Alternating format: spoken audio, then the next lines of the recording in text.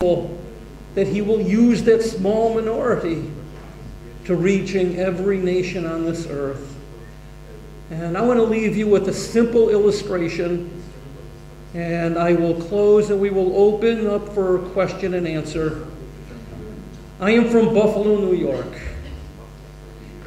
If you live in America and you mention Buffalo, Americans think one thing: a lot of snow and cold. And I know it gets really cold here in Poland.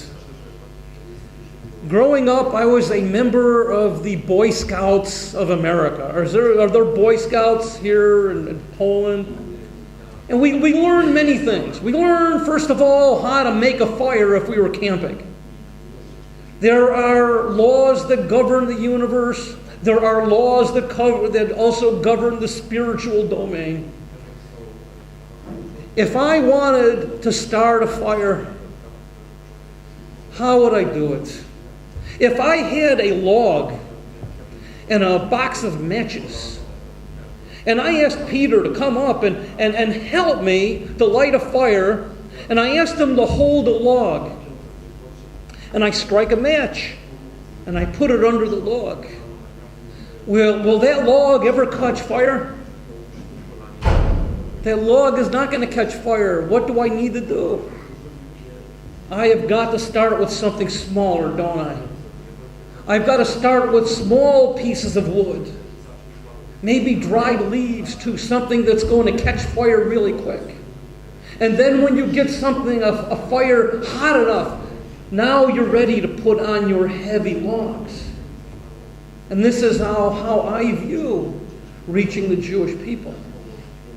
1/3 of 1% of the world's population, but if you catch a fire under them and they come to faith, all of the nations of the earth are going to be touched and they are going to be blessed.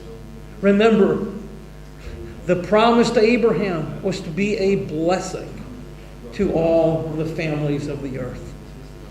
I have touched on many things, and I'm confident there are many questions. So I'm going to open up the floor for questions. Don't be fearful. I'm gentle. I don't bite. So please, if there's anyone who has a question.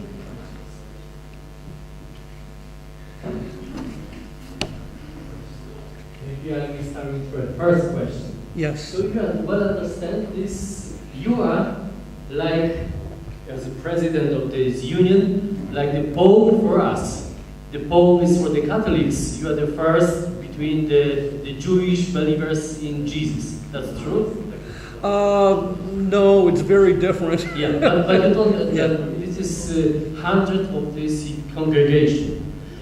How many people is totally in this kind of Jewish believing? And the second question is, what kind of worship, of service, like in the Catholics and churches, do you have like the Messianic Jew? Okay. Yeah, our governmental structure is vastly different. We don't have, let me just put it to you this way. When I chair a meeting, when I conduct a business meeting, I have 24 advisors around the table. All the president does is govern the business meeting and to make sure items on the agenda are covered. The Messianic Jewish Alliance of America, our membership is a little under 20,000. It is not a lot of people at all. It's very, very small. Internationally, it's much smaller. I will have more details when we meet in Berlin in a few days. But our numbers are very, very small. Did I answer everything? I think I'm missing something. Okay. But about the worship? Our worship. See, that is a great question. It's very, very difficult. Oftentimes I hear the complaints, we're too Jewish, or we're not Jewish, or we're not Jewish enough. It's difficult to try to please everybody. Our worship is different than mainline synagogues. We incorporate into our worship many Hebrew liturgies.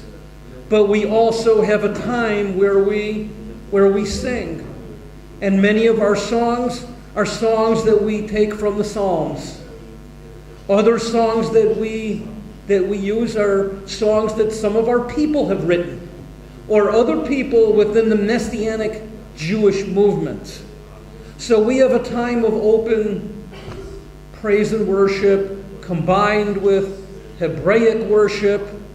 There are times during the year, for example, Passover, and then the High Holy Days, Yom Kippur, where we will observe the Lord's Supper or a communion service.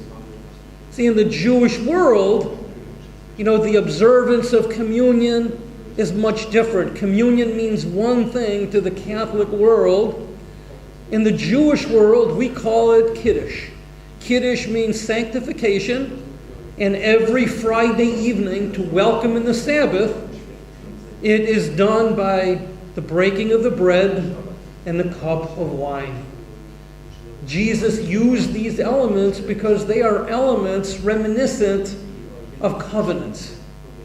Abraham met a man by the name of Melchizedek in Genesis 14. And they made an agreement with one another. And they sealed that agreement, that covenant, by the taking of bread and the cup.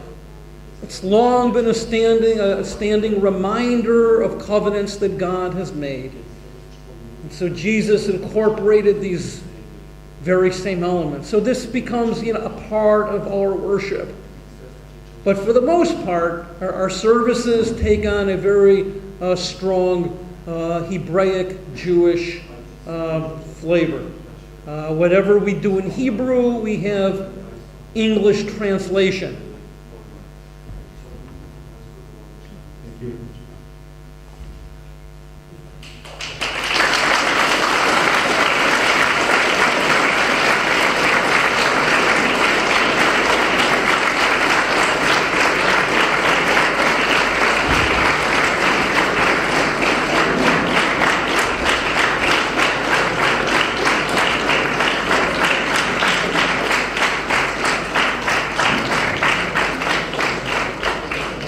I wanted to ask, how often do you meet with other members?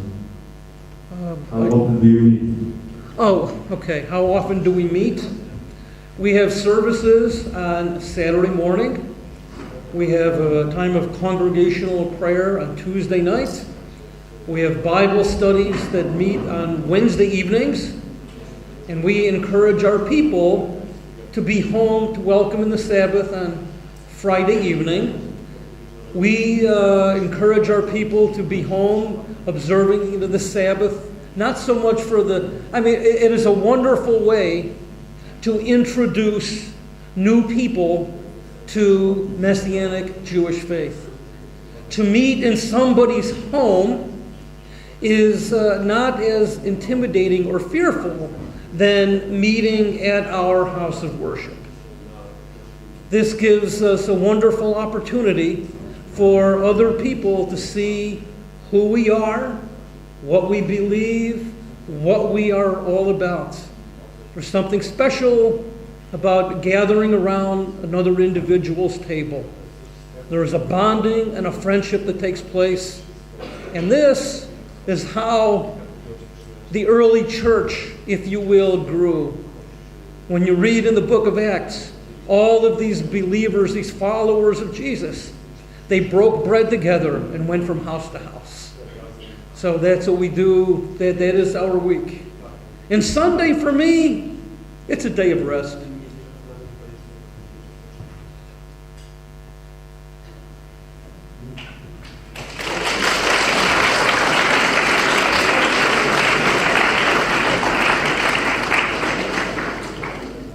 How does your ceremonies look like? Okay. I will open up the service, welcome and greet everybody. We will begin with an opening Hebraic prayer, the Matovu prayer, Following the Matovu prayer, we have a short time where we will sing. We'll go into the recitation of the Shema prayer. Hear, O Israel, the Lord our God, the Lord is one.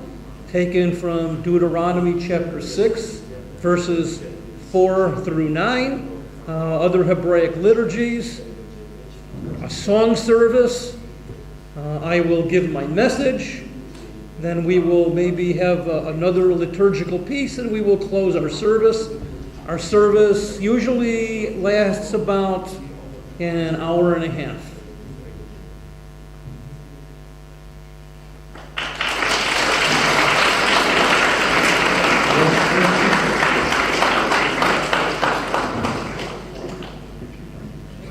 Ja mam tylko prośbę, bo z językiem problem mają nie tylko Amerykanie, Polacy też. Więc prosiłbym o przetłumaczenie księdza.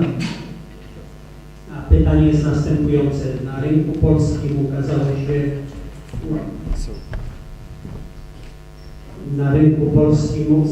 się komentarz żydowski do ksiąg Nowego Testamentu. Wszyscy, którzy z nim się zetknęli, myślę, że doświadczyli tego, jak wielkie jest bogactwo i o wiele głębsze zrozumienie z tekstów Pisma Świętego. To w ogóle wiele osób jest wprost zafascynowanym faktem, że coś takiego się pojawiło, właśnie umożliwiające głębsze zrozumienie. A moje pytanie jest takie, jak w tym układzie Żydzi mesjanistyczni postrzegają tradycję, tą wielowiekową tradycję chrześcijańską i również aktualne nauczanie Kościoła.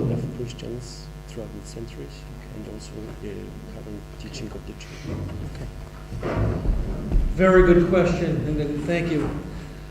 First, it's been my experience that the greatest times of learning come when we are challenged to think outside of the normal bounds. When it comes to various traditions, there are good traditions and there are bad traditions. And that is up for you to decide what traditions are good and bad. There are traditions that Christianity has that are very rich, very meaningful. There are traditions in the Jewish world that are very rich and very meaningful. Again, the question that was asked, I believe, is answered by the wisdom of St. Paul. In Romans, the 14th chapter, he states that, each man, each man observes one day above another, but let him be convinced in his own heart, which one that he will choose. In other words, we have many different traditions, and they're wonderful, but it's up to each and every one of us to determine in our heart which tradition is good and which is bad. Now, when I say tradition, I break up, tradition from that which I believe to be biblical fact. I'll give you an example. Jewish people do not eat pork. This is not a tradition. This is a biblical command that the Jewish people do not eat pork. Walking on the Sabbath or driving a car on the Sabbath or being forbidden to drive on the Sabbath is a tradition. There were no cars in the day of the Bible. But the tradition is that it constitutes work, and so observant Jewish people will not drive on the Sabbath. The Christian world has many, many traditions. And it's up to each and every believer to determine, which tradition is good. I will tell you that it was hurtful to me in the early years of my faith when I was told by some that I should abandon things that are Jewish because now I am a Christian. So conversely, the faith that you have, hold it to your own.